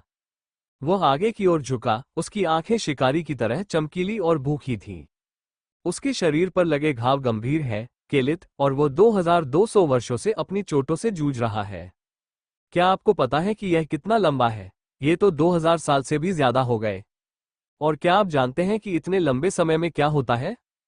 मनुष्य बूढ़े हो जाते हैं, घाव मवाद से भर जाते हैं और यहाँ तक कि मरने से इनकार करने वाले देवताओं की भी शक्ति क्षीण हो जाती है। मुझे संदेह है कि उसने अपनी ताकत और धैर्य दोनों खो दिए हैं, लेकिन संदेह सबूत नहीं है। तो मुझे सोरोन की मौजूदा ताकत का सबूत चाहिए, मॉरिस ने धीरे धीरे हंसते हुए कहा। पहले तो वह धीरे धीरे हंसा, लेकिन जल्द ही वह पागलों की तरह लगातार हंसने लगा। कैलिथ, अपने बेटे को हमारा परीक्षण डमी बनने दो, क्योंकि अगर उसकी मृत्यु हो जाती है तो हम उसका और उसकी स्मृति का सम्मान करेंगे। हम उन्हें अपने पंथ विरोधी अभियान के नए चेहरे के रूप में पेश करते हैं। यदि वो विजयी होता है तो हम उसे जीवनदान देंगे। हम उसे एक अर्ध देवता के रूप में स्वतंत्र रूप से जीने की अनुमति देते हैं, क्योंकि सोरोन की हत्या करके उसने समाज में जो योगदान दिया है वो इतना महान है कि उसे बिना पुरस्कृत किए नहीं छोड़ा जा सकता। तो आपका क्या ख्याल है? क्या मेरी योजना शानदार है या यह महज अद्भुत है? मॉरिस ने अपनी पलकों को जोर से खींचते हुए पूछा, और फिर और भी जोर से हंसने लगा। उसकी आवाज ने आसपास की गरज की आवाज को भी दबा दिया। पूरा शाश्वत उद्यान उसकी आभा के नीचे कांप रहा था। कितना नीच और घिनौना आदमी है, कैलिथ ने सोचा, क्योंकि मन ही मन उसे मॉरिस की योजना से जरा भी मजा नहीं आ रहा था। हालांकि चाहे वो इसे कितना भी नापसंद करता हो, वास्तविकता में उसके पास इससे सहमत होने के अलावा कोई विकल्प नहीं था, क्योंकि उसके बेटे ने पहले ही इतनी मूर्खतापूर्ण तरीके से खुद को अर्ध देवता होने की बात स्वीकार कर ली थी। प्लेनेट जुपिटर, लियो के दृष्टिकोण से टिटिया स्थित लोहारखाने में अमांडा को आर्गो की देखरेख में छोड़ने के बाद लियो ने कमांडर चार्ल्स के अनुरोध का जवाब देते हुए जब भी उसे समय मिलेगा जुपिटर की ओर अपना रास्ता मोड़ दिया। अरे यार, मुझे विश्वास नहीं हो रहा कि पिछले आक्रमण के बाद जुपिटर कितनी बुरी तरह से क्षतिग्रस्त हो गया है, लियो ने बुदबुदाते हुए कहा। नीचे की दुनिया को देखते ही उसकी आंखें सिकुड़ गईं। ऊपर से देखने पर सैन्य अड्डा एक टूटे फूटे ढांचे जैसा दिखता था। उसकी कभी गौरवशाली दीवारें टूटी फूटी और झुलसी हुई थीं। विशाल परिसर गड्ढों से भरा हुआ था, मानो युद्ध ने धरती को चबाकर थूक दिया हो। कदम कदम जैसे ही लियो टूटे फूटे लैंडिंग प्लेटफॉर्म पर उतरा, राख और स्टील की तीखी गंध ने सबसे पहले उसे जकड़ लिया, जिससे उसे क्षण भर के लिए ऐसा महसूस हुआ जैसे वो नीमो पर वापस आ गया हो, क्योंकि यह वही वातावरण था जिसे वो पीछे छोड़ आया था। धकेलना, इसे आराम से ऊपर खींचो। उसके चारों ओर सैनिक थके हुए अनुशासन के साथ इधर उधर घूम रहे थे, क्योंकि वे इंजीनियरों को जो कुछ भी वे पुनर्निर्माण कर सकते थे उसकी मदद कर रहे थे। उनके चेहरे थकान से भरे हुए थे, फिर भी दृढ़ संकल्प से दृढ़ थे। और वहीं खंडहर हो चुके कमांड पोस्ट के ठीक बाहर एक टूटी फूटी बेंच पर शांति से बैठे हुए चार्ल्स थे। उसकी उंगलियों के बीच फंसी सिगरेट से धुएं की एक पतली लकीर उठ रही थी, और वह अपने चारों ओर फैली तबाही को उदासीनता से देख रहा था। लड़के, तुम्हें यहां देखकर अच्छा लगा। जैसे ही उनकी निगाहें मिली, उसने कहा, और उसके होठों पर हल्की सी मुस्कान आ गई। आप ठीक लग रहे हैं। क्या पिछली बार जब मैंने आपको देखा था तब से आपका राज्य स्थिर हो गया है? उसने हाथ मिलाने के लिए अपना हाथ आगे बढ़ाते हुए पूछा, जिसे लियो ने तुरंत थाम लिया। पकड़ो। दोनों ने एक दूसरे को कसकर पकड़ लिया। लियो की ताकत अभी भी चार्ल्स की तुलना में बहुत कम थी, क्योंकि चार्ल्स ही पहले दर्द से कराहते हुए पीछे हट गया। हाँ, अब मेरा साम्राज्य स्थिर है। मैं तुम्हें स्पैरिंग में हराने के लिए तैयार हूँ, लियो ने चुनौती भरे लहजे में जवाब दिया, और चार्ल्स जोर से हंस पड़ा। उसके होठों से धुआं निकल रहा था। अगर तुम्हें लगता है कि तुम मुझसे मुकाबला कर सकते हो तो तुम गलत सोच रहे हो। जैसा कि मैंने कहा, मेरे साथ बराबरी का मुकाबला करने में तुम्हें अभी कुछ और सदियां लगेंगी। चार्ल्स ने उपहास किया, जबकि लियो केवल पलटकर देखता रहा। उसकी आंखें दृढ़ थीं, मानो वो चार्ल्स को चुनौती दे रहा हो कि वो उन सभी चीजों को याद करे जो उसने अपेक्षाओं को धता बताने के लिए पहले ही कर दी थी। और लियो की जोशीली प्रतिक्रिया ने चार्ल्स को संतुष्टि भरी मुस्कान दी। मेरे साथ टहलें, बेटा। मुझे लगता है कि अब तुम इतने समझदार हो गए हो कि मैं तुम्हारे साथ युद्ध की कुछ वास्तविकताओं को साझा कर सकूं, चार्ल्स ने अंततः कहा, और बेंच से उठकर अपनी आस्तीन से राख झाड़ते हुए सैन्य अड्डे के शांत छोर की ओर इशारा किया। ठीक है, लियो ने हल्के से सिर हिलाकर जवाब दिया और कमांडर के बगल में कदम रखते हुए वे दोनों मरम्मत दल के शोर से दूर चले गए। इस युद्ध में जीत हासिल करने के बावजूद जुक्टर की स्थिति उतनी अच्छी नहीं है जितनी मैंने उम्मीद की थी, चार्ल्स ने शांत गंभीरता भरे स्वर में कहना शुरू किया, और लियो ने उन शब्दों पर आश्चर्य से अपनी भौहें उठाईं और उसके आगे बोलने का इंतजार करने लगा। जुक्टर पर मौजूद ग्रहीय अवरोध 4 शताब्दियों से अधिक समय तक अटूट बना रहा। चार्ल्स ने अपने हाथों को पीठ के पीछे बांधते हुए खंडहर हो चुके परिसर को देखते हुए समझाया। पिछली बार जब इसमें सेंध लगाई गई थी तब मैं कमांडर जेरोम के अधीन एक लीजन कमांडर के रूप में कार्यरत था, जिन्होंने इस दुनिया की रक्षा करते हुए उसी युद्ध में अपनी जान गंवाई थी। उस दिन के बाद से हमें कभी भी इस तरह के समन्वित हमले का सामना नहीं करना पड़ा है और परिणामस्वरूप जवान सहमे हुए हैं। यदि पहले वे इस पोस्ट को महज खतरनाक मानते थे तो मुझे लगता है कि अब वे इसे आत्मघाती मानते हैं, क्योंकि यह धारणा कि हर हाल में ये बाधा बनी रहेगी चकनाचूर हो गई है। मुझे लगता है कि अब वे आखिरकार समझ गए हैं कि तकनीकी सुरक्षा व्यवस्था ध्वस्त होने और दुश्मन के घुसपैठ करने पर सैनिक होने का क्या मतलब होता है। जैसे जैसे वह आगे बढ़ता गया उसकी आवाज गहरी होती गई और यह उनके व्यवहार में भी झलकता है, क्योंकि भले ही साहस अभी भी मौजूद है लेकिन यह एक ऐसे भय के साथ मिश्रित हो गया है जो कभी दूर नहीं होता, और भय के साथ मिश्रित साहस नाजुक होता है। अगर पहले वे रात को चैन से सोते थे तो अब वे ज्यादा फुसफुसाते हैं, क्योंकि नींद उनसे दूर रहती है। वे अपनी पत्नियों और बच्चों के बारे में सोचते हैं, वे उन जिंदगियों के लिए चिंतित होते हैं जिनकी रक्षा करने की उन्होंने शपथ ली थी, और उस चिंता का बोझ उन्हें झुका देता है, भले ही वे इसे दिखाने की कोशिश न करें। लियो ने चुपचाप सिर हिलाया, क्योंकि वो समझ गया था कि ऐसे निशान पड़ना स्वाभाविक ही था, क्योंकि कोई भी व्यक्ति युद्ध की ऐसी भयावहता का सामना करके अछूता नहीं रह सकता। दुश्मन सम्राटों ने स्वयं 2 अग्रिम मोर्चों पर सैनिकों का नरसंहार किया, चार्ल्स ने आगे कहा। उसका जबड़ा सख्त हो गया और उसकी आंखें धुंधली पड़ गईं, और वहां शवों को इतनी दयनीय स्थिति में छोड़ दिया गया था कि केवल ये दृश्य ही असहनीय है, यहां तक कि मेरे जैसे व्यक्ति के लिए भी, जिसने आधे सहस्राब्दी से अधिक समय से युद्ध क्षेत्र देखा है। मैंने उनका बदला जरूर लिया। मैंने उन सम्राट तितलियों का पीछा किया और बदले में उनकी जान ले ली। वह रुका, धीरे से सांस ली, क्योंकि उसकी सिगरेट का धुआं चोटिल आसमान में ऊपर की ओर उठ रहा था। फिर उसने भारी स्वर में कहा, हालांकि दुर्भाग्य से मैं इससे ज्यादा कुछ नहीं कर सकता था।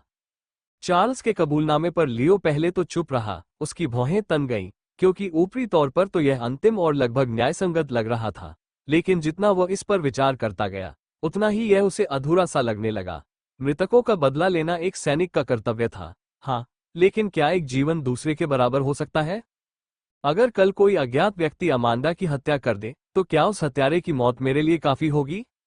यह विचार उसे झकझोर कर रख गया, और जैसे जैसे वो इस पर विचार करता रहा उसे एहसास हुआ कि इसका जवाब केवल नहीं ही हो सकता है। बदला कभी संतुलन नहीं ला सकता। यह न तो खाली कुर्सी को भर सकता है, न ही ठंडे पड़े बिस्तर को गर्म कर सकता है। अधिक से अधिक यह न्यूनतम ही था, दर्द का सहज प्रहार जो दर्द पर पलटवार करता था। लियो का मानना था कि सच्चा उपचार खून से नहीं बल्कि उसके बाद आने वाले लंबे निर्मम रास्ते में मिलता है, क्योंकि घावों को सहना पड़ता है, यादों को सहेजना पड़ता है, और जीवित लोगों को बिना भूले आगे बढ़ना सीखना पड़ता है। और शायद यही सबसे कठिन सच्चाई थी कि तलवार किसी की जान तो ले सकती है, लेकिन जो कुछ छीन लिया गया है उसे कभी वापस नहीं ला सकती। अध्याय 678 ब्रह्मांड में इतने कम अर्धदेव क्यों हैं? प्लेनेट जुपिटर सैन्य अड्डा। लियो का दृष्टिकोण। लियो और चार्ल्स ने युद्ध के घावों और दीवारों और मनोबल दोनों के पुनर्निर्माण के बोझ के बारे में लंबे समय तक बात की। चार्ल्स ने स्वीकार किया कि हालांकि किलेबंदी पत्थर पत्थर करके खड़ी की जा सकती है, लेकिन विश्वास का टूटना ही सबसे गहरे घाव छोड़ता है, क्योंकि एक बार खोया हुआ विश्वास कभी अपने मूल रूप में वापस नहीं आता। अंततः लियो ने बातचीत को एक कहीं अधिक संवेदनशील विषय की ओर मोड़ दिया। तो आप मुझे बता रहे हैं कि दुश्मन कमांडर ने आपको सबसे शक्तिशाली सम्राट कहा था, और यह कि पिछले 1 सदी से ब्रह्मांड में आपकी प्रतिष्ठा एक अजेय और शक्तिशाली योद्धा के रूप में रही है? लियो ने पूछा, और उसके इस प्रश्न ने चार्ल्स को अपनी पीठ सीधी करने पर मजबूर कर दिया। उसकी अनुभवी आंखों में गर्व झलक रहा था और उसने दृढ़ता से सिर हिलाया। हाँ, धर्मी गुट में मेरी काफी इज्जत है, क्योंकि मैं पंथ के पदानुक्रम में दूसरे नंबर पर हूँ, चार्ल्स ने कहा। उसके शब्दों में संतुष्टि का ऐसा भाव था जिसे देखकर लियो ने भौहें चढ़ा लीं। तो अगर आप सबसे शक्तिशाली सम्राट हैं और अगर आप 100 वर्षों से यह उपाधि धारण किए हुए हैं, तो आप अभी भी सम्राट स्तर पर क्यों अटके हुए हैं? निश्चित रूप से आप में इससे आगे बढ़कर अर्ध देवता स्तर तक पहुंचने की प्रतिभा है ना?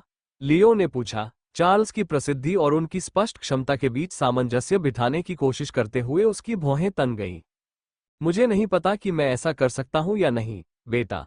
शायद मुझमें प्रतिभा की कमी हो, शायद हो, लेकिन अगर मुझमें सही खून भी है, तब भी मैं वह छलांग नहीं लगा सकता, क्योंकि उस पंथ के पास अब अर्ध देवता बनने की जादुई औषधि बनाने के लिए आवश्यक सामग्री नहीं है। चार्ल्स ने स्वीकार किया, जबकि लियो उसे खाली निगाहों से घूर रहा था। उसका चेहरा स्तब्ध था। चूंकि आप मुझे ऐसे देख रहे हैं जैसे आपने इसके बारे में पहले कभी कुछ नहीं सुना हो, तो चलिए मैं आपको बताता हूं कि डेमी गॉड तक पहुंचने के लिए वास्तव में क्या करना पड़ता है। सबसे पहले और सबसे महत्वपूर्ण बात यह है कि आपको अर्ध देवता बनने की योग्यता प्राप्त करने के लिए आवश्यक आनुवंशिक गुण होने चाहिए। अधिकांश मोनार्क तितलियों में ये नहीं होते हैं, क्योंकि जब तक आपका वंश प्राचीन दिव्य देवताओं से नहीं जुड़ा होता, तब तक इस तरह के आनुवंशिक गुण होना लगभग असंभव है। उदाहरण के लिए, डुप्रवेल एक कुशल योद्धा और सक्षम सम्राट है, लेकिन वह कभी सिंहासन पर नहीं बैठेगा। उसका वंश इतना मजबूत नहीं है, इसलिए वो कभी भी उस मुकाम तक नहीं पहुंच पाएगा। चार्ल्स ने समझाया और लियो ने समझदारी से सिर हिलाया। ये तो मानक था। ग्रैंडमास्टर और ट्रांसेंडेंट टियर के योद्धाओं पर भी यही नियम लागू होते थे। जिनकी वंश परंपरा इतनी मजबूत नहीं थी, वे कभी उस स्तर तक नहीं पहुंच पाए। लेकिन प्रतिभा तो सिर्फ एक आवश्यकता है। मान लीजिए कि आपके माता पिता स्वयं सोरोन हैं, तो क्या इसका मतलब ये है कि आप स्वतः ही अर्ध देवता बन सकते हैं? नहीं, क्योंकि भले ही आप सब कुछ सही करें, फिर भी आपको सफलता पाने के लिए एक महत्वपूर्ण तत्व की आवश्यकता होगी, और वह है अर्ध देवता सफलता औषधि। चार्ल्स ने 3 उंगलियां उठाते हुए समझाया। उस औषधि को बनाने के लिए आपको अन्य दुर्लभ सामग्रियों के अलावा 3 प्रमुख सामग्रियों की आवश्यकता होती है, अर्थात ग्रेनाडा का पानी, गड्ढे की मिट्टी और शाश्वत उद्यान का मूनशाइन फूल। और आप पहले से ही जानते हैं कि उन तीनों ग्रहों को कौन नियंत्रित करता है। चार्ल्स ने मॉरिस, हेमुथ और केलित का संकेत दिया। लियो ने धीरे से उत्तर दिया। ये नाम उसकी जुबान पर भारी पड़ रहे थे। बिल्कुल सही, वे तीनों इन संसाधनों पर पूरी तरह से नियंत्रण रखते हैं, और ऐसा करके वे किसी भी नए देवता के उदय को रोकते हैं, क्योंकि अगर कोई कभी अर्ध देवता नहीं बनेगा, तो वह कभी भगवान बनने की उम्मीद भी नहीं कर सकता। और ठीक इसी तरह वे सार्वभौमिक व्यवस्था को जरा सा भी हिलने से रोकते हैं। चार्ल्स ने समझाया, और अब जाकर लियो को उस सत्ता संघर्ष की भयावहता समझ में आई जो ब्रह्मांड को नियंत्रित करता था। सत्ता के शिखर तक किसी को भी पहुंचने से रोकने की जानबूझकर की गई क्रूरता के बारे में सोचकर उसका पेट घृणा से भर गया।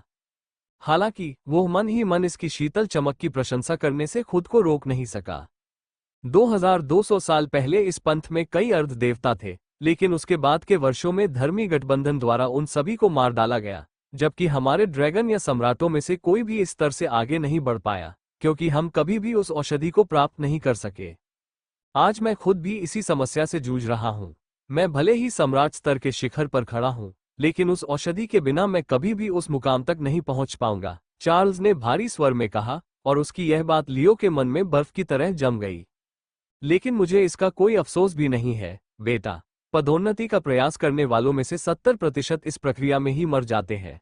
सफलता की कोई गारंटी नहीं होती। प्रयास में जीवित रहने के लिए भी आपको आभा और इरादे पर महारत हासिल करनी पड़ती है, और यही बात अधिकांश सम्राटों को प्रयास करने से पहले ही पराजित कर देती है। अंततः जब सब कुछ कहा और किया जाता है, तो शायद 1 लाख सम्राटों में से एक ही सम्राट इस मुकाम तक पहुंच पाता है, और पिछले 2 सहस्राब्दियों में केवल 4 ही अर्ध देवता की अवस्था तक पहुंचे हैं। चार्ल्स के शब्द सन्नाटे में पत्थर की तरह गिर पड़े, और लियो एक पल के लिए बोलने में असमर्थ हो गया, क्योंकि यह आंकड़ा उसे किसी भी युद्ध क्षेत्र से कहीं अधिक चौंका गया था। तो क्या इस समय मेरा सारा संघर्ष व्यर्थ है? तो आप मुझसे ये कह रहे हैं कि अगर मैं किसी तरह ट्रांसेंडेंट टियर और मोनार्क टियर को पार भी कर जाऊं, तब भी मैं कभी डेमी गॉड नहीं बन पाऊंगा? लियो ने झुंझलाहट भरी आवाज में पूछा, जिस पर चार्ल्स ने बस अपने कंधे उचका दिए और लियो के सिर पर थपथपाया। अभी तुम्हें वहां तक पहुंचने में बहुत लंबा रास्ता तय करना है, बेटा, और मुझे विश्वास है कि तुम अंततः इसे सफल बनाने का कोई न कोई तरीका ढूंढ लोगे।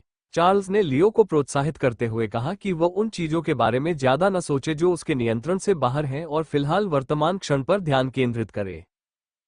लियो ने धीरे से सांस छोड़ी, क्योंकि उसने चार्ल्स के शब्दों को अपने सीने में समाने दिया। हालांकि उसका दिमाग अभी भी भविष्य की लड़ाइयों और असंभव सीमाओं के सवालों से बेचैनी से भरा हुआ था। एक क्षण के लिए उसने चार्ल्स का अध्ययन किया, जो एक अनुभवी व्यक्ति था और एक सदी से भी अधिक समय से इस बाधा से जूझ रहा था, क्योंकि उसे एहसास हुआ कि शायद चार्ल्स ने अपने जीवन का एक अच्छा खासा हिस्सा इसी बात की चिंता में बिताया था। इसीलिए वो उससे कह रहा था कि वो फिलहाल इसके बारे में न सोचे।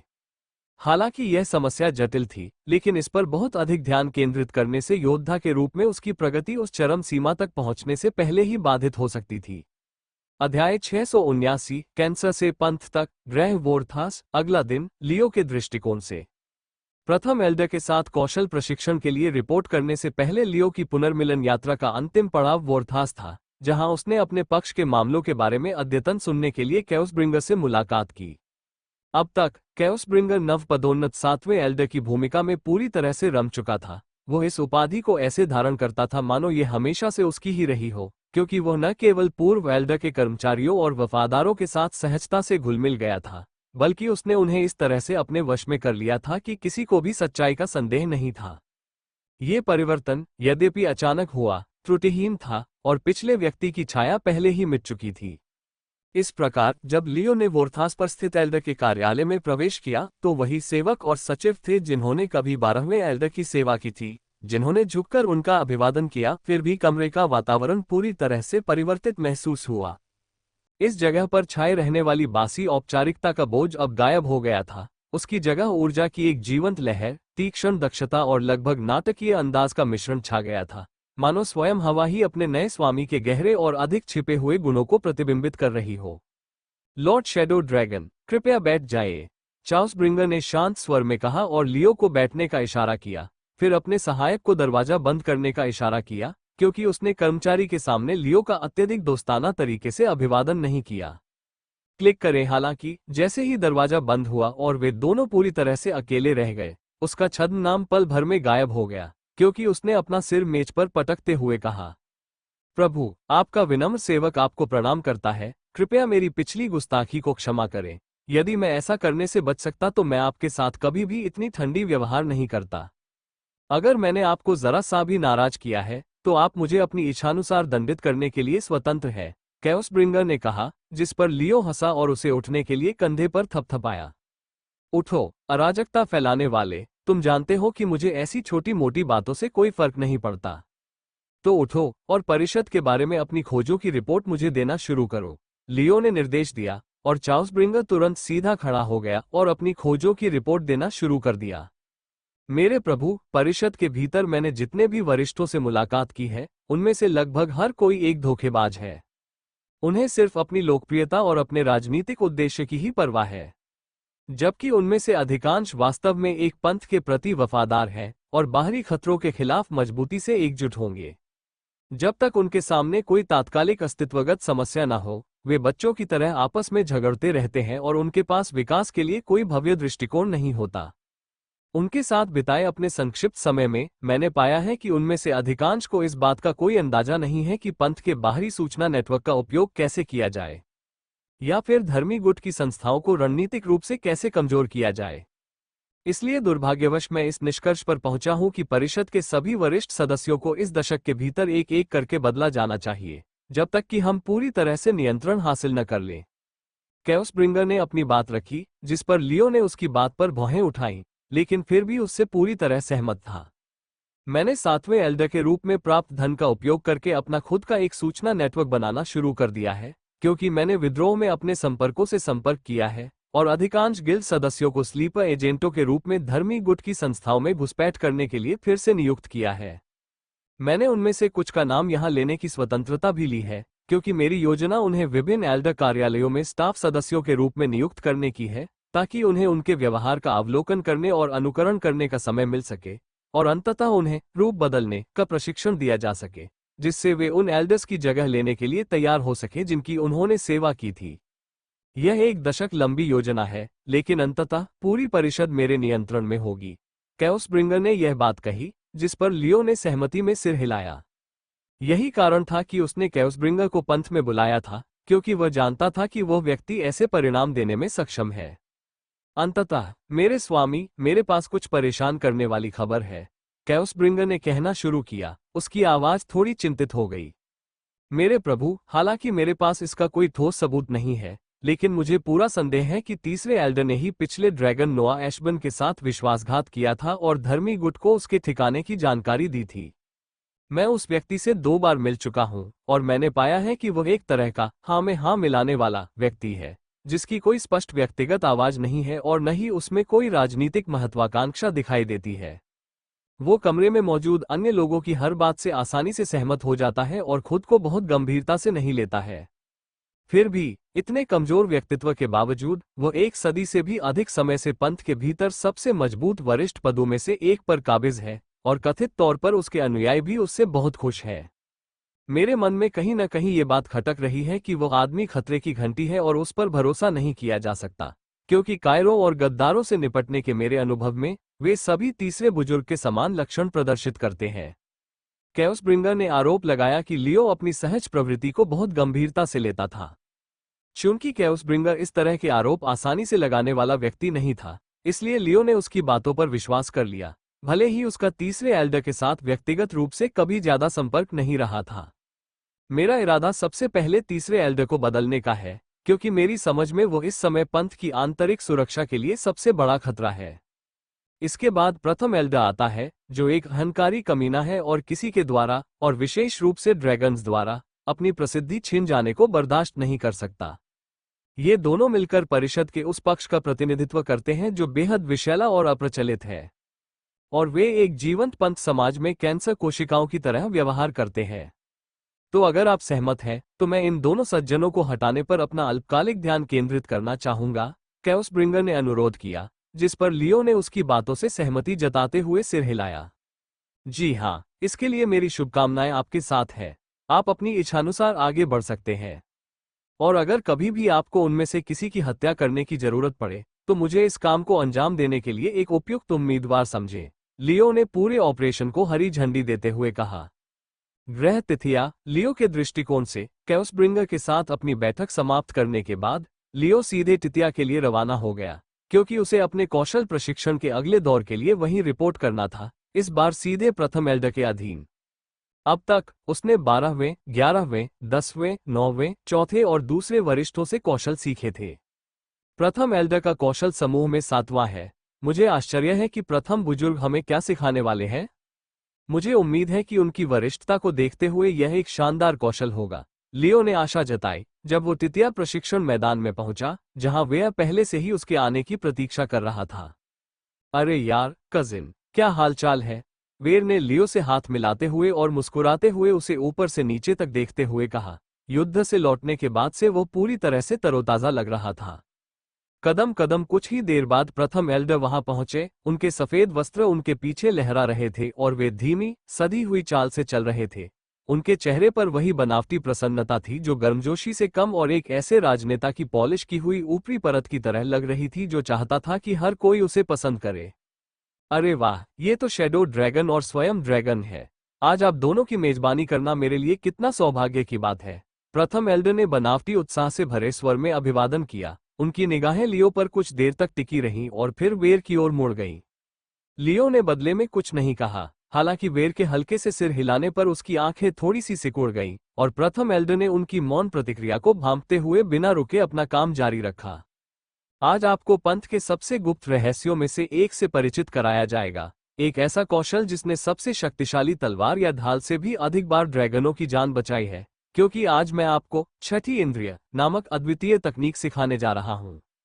वो कुछ देर रुका, नाम को हवा में गूंजने दिया, मानो उसका मात्र उल्लेख श्रद्धा जगाने के लिए हो, लेकिन लियो ने केवल अपना सिर थोड़ा सा झुकाया, उत्सुकता से लेकिन अप्रभावित। जबकि वह वास्तविक रुचि के साथ आगे झुका, उसकी आंखें चमक रही थीं क्योंकि वो और अधिक जानने की प्रतीक्षा कर रहा था। प्रथम बुजुर्ग ने प्रशिक्षण मैदान का चक्कर लगाते हुए अपने हाथों को अपनी पीठ के पीछे बांधते हुए आगे कहा, छठी इंद्रिय वो सहज ज्ञान है जो निश्चितता में परिणत होता है। यह अस्तित्व की एक ऐसी फुसफुसाहट है जो सभी छल को चीर देती है और झिझक के लिए कोई जगह नहीं छोड़ती। दूसरे शब्दों में कहें तो यह एक ऐसा सर्वोत्कृष्ट चेतावनी तंत्र है जो खतरे के वास्तव में आने से पहले ही इसे इस्तेमाल करने वाले को खतरे से आगाह कर देता है। उन्होंने अपनी उंगलियां चटकाते हुए समझाया, तभी बगल से एक सहायक लकड़ी की मेज लेकर तेजी से अंदर आया, जिसकी सतह पर कपड़े में लिपटी हुई वस्तुएं करीने से व्यवस्थित थीं। अब ध्यान से देखें, क्योंकि शब्द इस कौशल के वास्तविक अर्थ को व्यक्त नहीं कर सकते। उसने कहा, और फिर ढेर में से एक भारी, अपारदर्शी हेलमेट निकाला, जो इतना मोटा था कि उसकी पतली दरारों से जरा भी रोशनी नहीं गुजर सकती थी। ये हेलमेट सिर पर पहनते हुए उसने समझाया, इससे देखने और सुनने की सारी क्षमता रुक जाती है। एक बार ये लग जाए तो मैं अंधा और बहरा हो जाता हूँ। मैं इसे केवल प्रदर्शन के लिए लगा रहा हूँ, बाकी सब मेरे सहायक द्वारा समझाया जाएगा। पहले बुजुर्ग ने हेलमेट लगाते हुए कहा, उनकी आवाज अब सुनाई नहीं दे रही थी। इसके बाद सहायक एक बार फिर आगे बढ़ा और बंधन चिन्हों से खुदी हुई चमकदार चांदी की हथकड़ी निकाली और उसे प्रथम बुजुर्ग की कलाई पर हल्की सी क्लिक की आवाज के साथ कस दिया। उनकी चमक ने लियो के पहले से ही आभास को पुष्ट कर दिया कि ये हथकड़ियां माना को दबाने वाली थीं, जिससे ये सुनिश्चित हो जाएगा कि बुजुर्ग माना आधारित किसी भी बोध तकनीक का उपयोग नहीं कर सकेंगे। प्रथम एल्डर के निर्देशों के अनुसार लॉर्ड ड्रैगन और लॉर्ड शैडो ड्रैगन, आप दोनों 3-3 खंजर उठा लें और उससे 50 मीटर दूर खड़े हो जाएं। एक बार उस दूरी पर पहुंचने के बाद आप उन खंजरों को जब चाहें, जितनी गति से चाहें और जिस दिशा में चाहें फेंक सकते हैं। हालांकि सुरक्षा कारणों से कृपया उसके महत्वपूर्ण अंगों पर हमला करने से बचें। सहायक ने निर्देश दिया। तभी लियो ने वेयर के साथ एक त्वरित नजर का आदान प्रदान किया, जो हमेशा की तरह स्वाभाविक रूप से आने वाली प्रतिस्पर्धी भावना के साथ मुस्कुराया। बिना कुछ कहे वे दोनों तय दूरी पर पीछे हट गए और खुद को तैयार करते हुए उन्होंने अपने हाथों से खंजर के मूठ को पकड़ लिया। तैयार हो, वेर ने पुकारा, अपनी कटार को एक बार घुमाते हुए और फिर उसे पलटकर ब्लेड को पकड़ते हुए उसके कुंड सिरे को खुला छोड़ दिया। तैयार, लियो ने जवाब दिया। उसका हाथ पहले से ही पीछे की ओर मुड़ा हुआ था। वूश, पहला खंजर हवा को चीरता हुआ निकला। उसके तुरंत बाद दूसरा खंजर आया। दोनों ही तेज गति से सीटी बजाते हुए आंखों पर पट्टी बांधे बुजुर्ग की ओर बढ़े।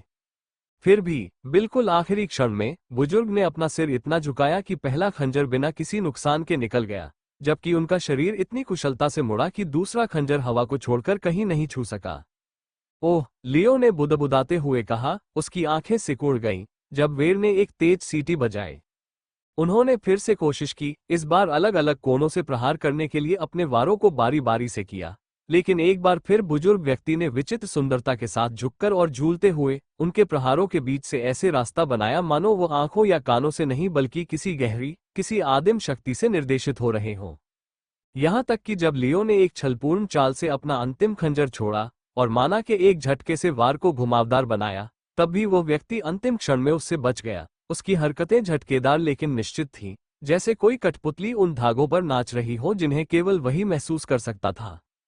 धड़ाम धड़ाम खंजर उसके पीछे जमीन पर गिरे और उनमें से कोई भी हानिरहित नहीं था। जैसा कि आप देख रहे हैं, सहायक ने शांत स्वर में कहा। उसकी आवाज प्रशिक्षण हॉल में गूंज रही थी। प्रथम एल्डर को खतरे का पता लगाने के लिए दृष्टि, ध्वनि या माना की आवश्यकता नहीं होती है। ये कौशल उन्हें चेतावनी देता है। यह उन्हें बताता है कि कब कोई नुकसान आ रहा है और उनका शरीर सोचने से पहले ही प्रतिक्रिया करता है। वेर की आंखें चमक उठी। वो स्पष्ट रूप से प्रभावित था, जबकि लियो ने अपने चेहरे पर कोई भाव नहीं आने दिया। हालांकि अंदर ही अंदर उसने जो कुछ देखा था उसके महत्व को स्वीकार किया। लेकिन बुजुर्ग व्यक्ति अभी रुके नहीं थे। उन्होंने पूर्व निर्धारित तरीके से अपनी हथेलियों को झटका दिया ताकि सहायक को संकेत मिल सके कि वे अब दूसरा अंक शुरू कर सकते हैं। मैं इसे तुरंत करूंगा। सहायक ने 10 गिलास पानी से भरी ट्रे लेकर तेजी से आगे बढ़ते हुए खुद से कुछ बुदबुदाया। मेज पर गिलास रखते समय उनकी सतहें हल्की सी कांप उठी। धड़ाम उसे नीचे रखकर उसने अपनी आस्तीन से एक कांच की शीशी निकाली जो किसी पारदर्शी तरल से भरी हुई प्रतीत हो रही थी, और फिर उसने वो शीशी लियो को सौंप दी। लॉर्ड शैडो ड्रैगन, आप जिस प्याले में चाहे जहर डाल सकते हैं। उन्हें मिलाएं, उन्हें इधर उधर करें, जो चाहे करें, इसे जितना हो सके उतना मुश्किल बना दें। उसने निर्देश दिया। जैसे ही लियो ने वेयर की ओर देखा, जिसने सहज मुस्कान के साथ कंधे उचकाए और साथ में उन्होंने शीशी का ढक्कन खोला, उसकी सामग्री को एक कप में डाला और फिर ट्रे पर अपनी स्थिति को कई बार बदला जब तक कि उनमें से कोई भी आसानी से यह नहीं बता सका कि किस कप में खतरा है। संतुष्ट होकर लियो ने सिर हिलाया और सहायक ने ट्रे को बुजुर्ग के सामने रख दिया, जो अभी भी आंखों पर पट्टी और बंधे होने के बावजूद आगे बढ़े और धीरे से गिलासों पर हाथ फेरने लगे। वो एक उंगली पर रुका। उसकी उंगलियां कुछ पल के लिए वहीं ठहरी, फिर हट गईं। उसने अगली 2 उंगलियों को भी हल्के से छुआ, फिर वापस पहली उंगली पर आ गया, मानो उसके भीतर कुछ चेतावनी दे रहा हो। टैप टैप टैप, उसने अपनी पसंद का संकेत देने के लिए 3 बार टैप किया, जिसके बाद सहायक ने कप उठाया और पुष्टि में झुकने से पहले सावधानीपूर्वक सूंघा। सही कहा, यह सचमुच जहर से भरा गिलास है, उसने पुष्टि की। जैसे ही लियो ने धीरे से सांस छोड़ी, उसकी आंखें सोच में सिकुड़ गईं, जबकि वेया ने बचकाने उत्साह के साथ अपने हाथों को एक साथ ताली बजाए। यार, ये तो अविश्वसनीय है। वो देख नहीं सकता था, सुन नहीं सकता था, माना का इस्तेमाल नहीं कर सकता था, और फिर भी उसने ये कर दिखाया, वेर ने कहा। उसकी मुस्कान इतनी चौड़ी थी मानो उसने अभी अभी कोई चमत्कार देखा हो। निकालना। इसी क्षण सहायक ने प्रथम एल्डे की हथकड़ी खोल दी, जिसने फिर हेलमेट को ऊपर उठाया। उसके बाल पसीने से भीगे हुए थे, फिर भी उसके चेहरे पर विजय का भाव था, मानो वो उन दोनों को याद दिला रहा हो कि उसके पास जो कुछ भी है वो पंथ के सबसे महत्वपूर्ण रहस्यों में से एक है। ये पौराणिक तकनीक छठी इंद्रिय है, उसने घमंड भरे लहजे में कहा। यह न तो मारने का हथियार है, न ही शेखी बघाड़ने का हुनर, ये जीवन रक्षा का सबसे शुद्ध रूप है, वो क्षमता जो हर हाल में विफल होने पर भी टिके रहने में मदद करती है।